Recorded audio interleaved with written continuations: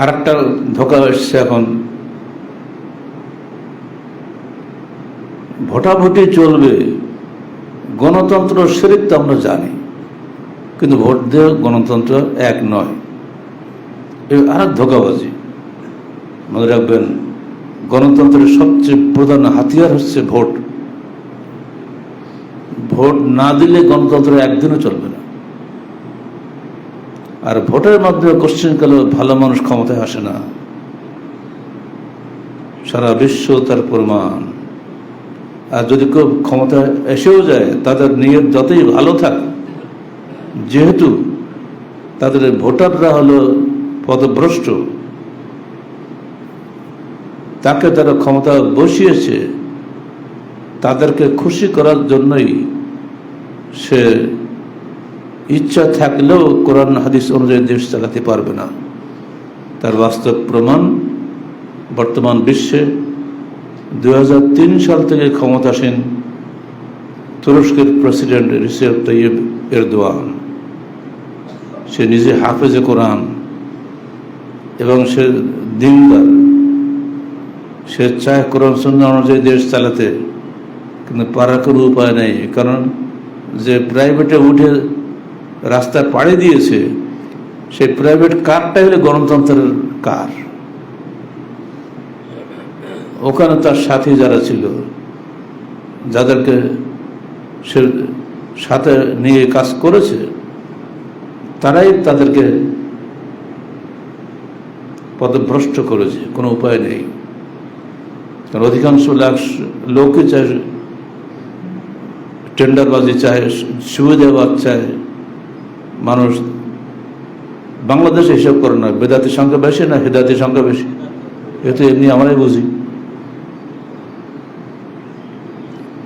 সহিহ হাদিস আপনি সামনে পেশ করছেন, ইউটিউবের সমানে প্রচার হচ্ছে, এরপরেও কোটি কোটি মুসলমান বাংলাদেশে সহিহ হাদিস অনুযায়ী কি সালাত আদায় করে? একটা সালাত খালি, অন্য সব বাদ দেন।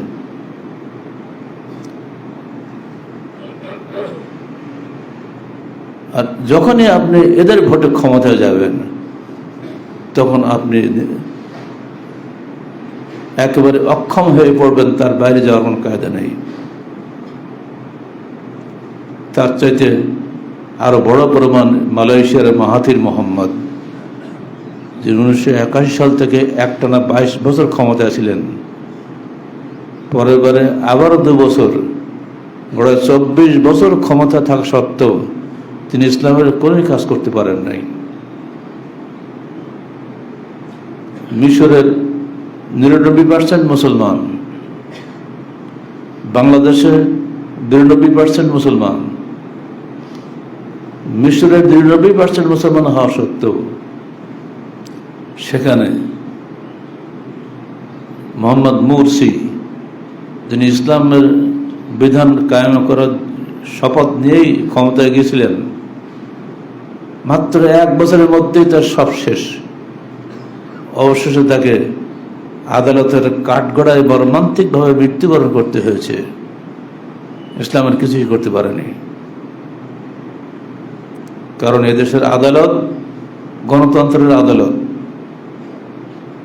যারা আমার মতো ব্যক্তিকে আমি খুন করেছি কি না বগুড়াতে লক্ষ্মীকুলায়, এটা প্রমাণ করতে যে আদালতের 8 বছর 8 মাস 28 দিন লাগে, ওই আদালত দিয়ে কি হবে? এই মিথ্যা মামলা যারা গ্রহণ করেছে, সেই ম্যাজিস্ট্রেট রাজশাহীর, সে কোন ধরনের ম্যাজিস্ট্রেট? প্রকাশ্য মানুষ মেরে ফেলে দিচ্ছে পিঠে। দেখলেন না কদিন আগে মারল ঢাকার মিটফোর্ড হাসপাতালের 3 নম্বর গেটের সামনে, প্রকাশ্যভাবে মেরে ফেলে দিল। যেহেতু যারা মেরেছে তারা আবার দলীয় ক্যাডার, আপাতত লোক দেখানোর জন্য 4-5 জন ধরলে বটে, দেখবেন কদিন পরে সব হাওয়া হয়ে যাবে, তখন দেখা যাবে যে কিছুই হয়নি। এরকম ইতিহাস বাংলাদেশে হওয়ার হামেশা ঘটছে।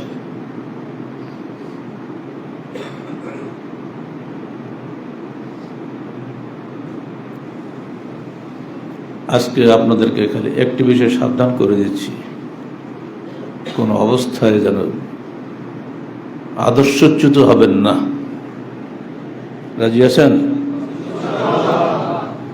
আহলে হাদিসের আদর্শ নির্ভেজাল আদর্শ। আহলে হাদিস নির্ভেজাল ইসলামী আন্দোলনের নাম। আহলে হাদিসের আদর্শ চ্যালেঞ্জ করার ক্ষমতা কোনো ইসলামী দলের নাই। যারা আহলে হাদিস হওয়া সত্ত্বেও এইসব দলের ভিড়ে গেছেন, তাদেরকে ফিরে আসার আবেদন জানাচ্ছি। যে সমস্ত আহলে হাদিস কথিত নেতা বলছেন যে ভোট আর গণতন্ত্র এক নয়, আমরা তাদের বুদ্ধির তারিফ করি। সাবধান, মানুষকে এভাবে পথভ্রষ্ট করবেন না। নিজেদের পারেন না সে অন্যকে কেন বলেন? ভোট ছাড়া গণতন্ত্র একটা দিনের জন্য চলতে পারে না। অতএব সে আসল কাজটা আপনি করি বলবেন, ওটা কিছুই না। এসব প্রতারণার অন্তর্ভুক্ত।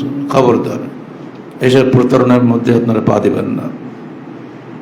আহলে হাদিসরা কোশ্চিনকালেও কোরআন সুন্নাহর বাইরে কোনো কাজ করতে পারে না। ইমারত বায়াতের মাধ্যমে এবং পরামর্শের মাধ্যমে ইসলামী খেলাফত কায়েম হবে, সেখানে কোনো ভোটাভুটি লাগবে না। বর্তমানে যে দেশ চলছে, যারা ক্ষমতাসীন হয়েছেন, তারা কি আপনাদের ভোটে গিয়েছে? দেশ চলছে কিভাবে? এবং ওই দলবাজদের চাইতে দেশ আরো ভালো চলছে। দলীয় শাসন নয়, বারবার বলি, কোশ্চিনকালেও নিরপেক্ষ প্রশাসন উপহার দিতে পারে না, যদি না তাদের মধ্যে আল্লাহ ভীতি থাকে। সংগঠনের মাধ্যমেই সমাজে আদর্শ প্রতিষ্ঠা লাভ করে। আর সে কারণে যদি সংগঠনকে আমরা দল বলি, তবে ওই উদ্দেশ্যে দল করা চলবে যার মাধ্যমে তাওহীদ, রিসালাত ও আখিরাত কায়েম হবে। এজন্য আমরা সংগঠন করি, যেন আমাদের কর্মীরা পথভ্রষ্ট না হয়, তা ধরে রাখার জন্য। সাবধান, আহলে হাদিস আন্দোলনের মৌলিক বিষয়গুলি আপনারা ভুলে যাবেন না। এজন্য আহলে হাদিস আন্দোলন কি ও কেন বইটা না থাকলে কিনে নেন, আর এই সংখ্যা আর তাহারিকটা সবাই নেওয়ার চেষ্টা করবেন। সম্পাদকীয় কলমটা আগে পড়বেন। তার মধ্যে আমরা অনেক কিছু আলোচনা করেছি, দেশ বিদেশের অনেক উদাহরণ দিয়েছি। পাকিস্তান এবং বাংলাদেশ সৃষ্টি হয়েছিল ইসলামের নামে, কিন্তু আজকে 53 বছরের ইসলামের কিছুই কায়েম হয়নি। ইসলামের বহু নেতা ক্ষমতা গিয়েছেন, তারা ইসলাম কায়েম করেনি, বরং আমাদেরকেই কারাগারে ঢুকিয়েছেন। অনুরূপ আবারও তারা ক্ষমতা যাবেন, আবারও জুলুম করবেন, এটাই বাস্তব। কারণ তারা পারবেন না। যাদের খুশি করার জন্য দেশ এগিয়ে যায়, তারা কিন্তু পাশে ওঁত পেতে বসে আছে। ইসলামী নেতারা চীনে যাচ্ছে সমর্থন আদায় করার জন্য। চীনে কি ইসলাম কায়েম আছে? তাহলে আপনি সেখানে কেন যাচ্ছেন?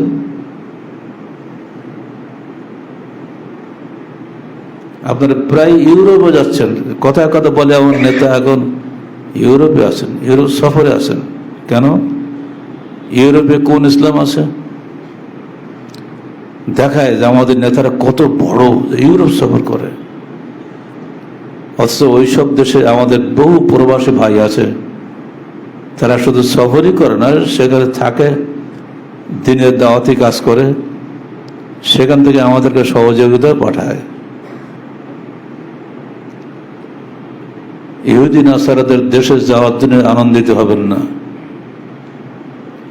গত পরশু পেপার পড়ে দেখেন, একটা মুসলমান ছেলে, সে গেছিল বড় স্বপ্ন নিয়ে, পুরো ফ্যামিলি নিয়ে গেছিল।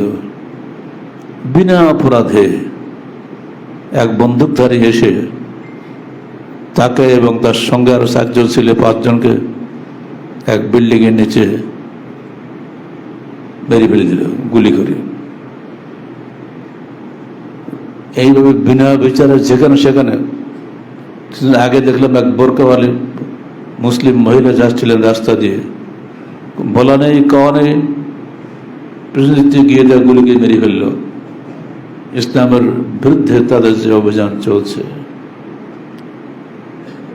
এগুলো প্রতিরোধ করার কোনো ক্ষমতা আমেরিকার মতন প্রভাবশালী দেশের প্রশাসনেরও নাই। অন্যরা কি করবে? আজকে ফিলিস্তিনের গাজাবাসীদের উপর যে জুলুম হচ্ছে, আপনারা দৈনিক দেখছেন এগুলা। কেন?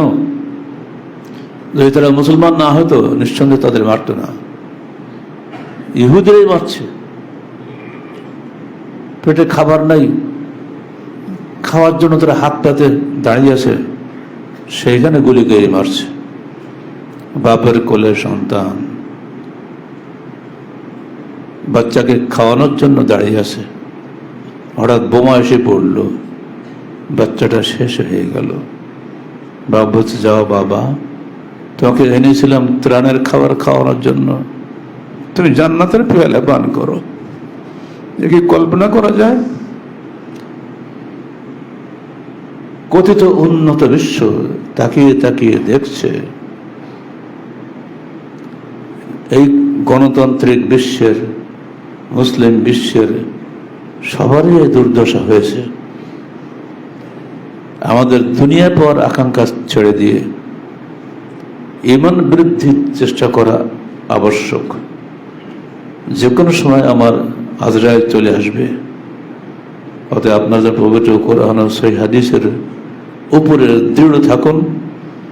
কোনো অবস্থায় আহলে হাদিস আন্দোলন বাংলাদেশের সাংগঠনিক তৎপরতা থেকে পিছিয়ে আসবেন না। যতটুকু সময় পান মানুষকে হকের পথে দাওয়াত দেন। ইনশাআল্লাহ যে কোনো সময় আমার নিঃশ্বাস বন্ধ হয়ে গেলেও অন্তত আল্লাহর কাছে বলতে পারবো, আল্লাহ তোমার পথে দাওয়াত দিতে দিতে দুনিয়া থেকে বিদায় হয়ে গেছি, বাতিলের সঙ্গে আমরা আপোষ করি নাই। আল্লাহ পাক আমাদের সবাইকে হকের উপরে দৃঢ় থাকা তৌফিক দান করুন। আকুলু কওলি হাযা আস্তাগফিরুল্লাহ লি ওয়া লাকুম ওয়া লিসাইরিল মুসলিমিন।